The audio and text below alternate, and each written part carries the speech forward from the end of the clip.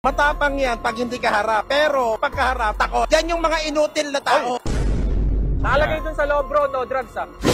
Oo. Bawal. Bawal ang droga. Kasi sinekap. Support lang sa PNP. Parang binas mo kami, ah. Hindi naman. Bilang tao nagkakamali. Bilang tao nagkakamali.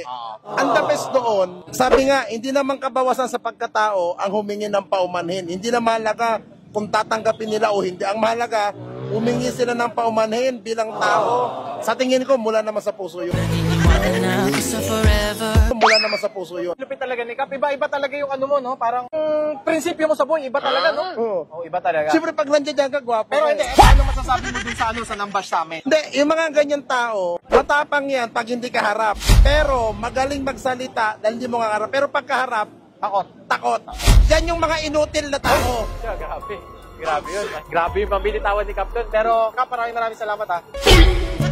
Pogi. Oo naman.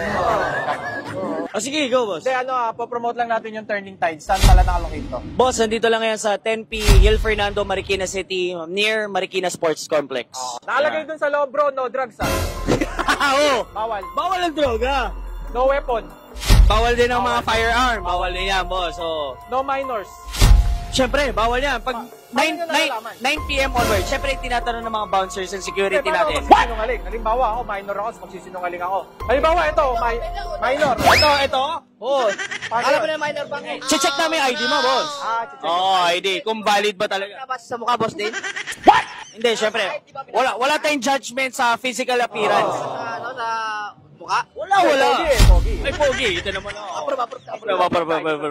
May second floor. Ano yung sa second floor? Second floor, meron tayong mga VIP, meron din tayong mga... Pag sinabi mong VIP, yun ba yung ano? Yung parang may mga rooms na... may mga rooms na mga may karaoke. Parang alam mo sa pupunta. Hindi, may mga karaoke doon. Yes. Tapos, ano meron doon? Boss, meron yun. Consumable lang yan. Pwede nilang gamitin yung karaoke up to 6 hours. May mga babae rin dito. Wala pa bahay din. Wala pa, boss. Pero pwede sila magdala ng sarili nila. Pwede. Pero yung mga nag-uupad, wala yan. Wala, boss. Wala. Music hall kasi ito sa Marikina. Music hall. First ever sa Marikina na music hall. Pero na minsan may pole dance yan. Wala, boss. Wala rin. Yung ba hanap mo? Hindi. Natanong ko lang kasi baka mamaya mapunta sila dito. Hindi nila alam eh. Yeah. Sige. Ayan, Turning Tide. So, siya yung may-ari ng Flip, yung nagbebenta ng 400,000 na sapatos, di ba? Pero meron pa, abangan nyo yung 2 million. 2 million. Abangan nyo sa content namin ni Bro Jormel. Abangan nyo yung 2 million. Sobrang solid nito. Pero dito, gano'ng kamahal yung mga alak mo dito? Mura, boss. Affordable. Affordable. Para pamahal ako eh.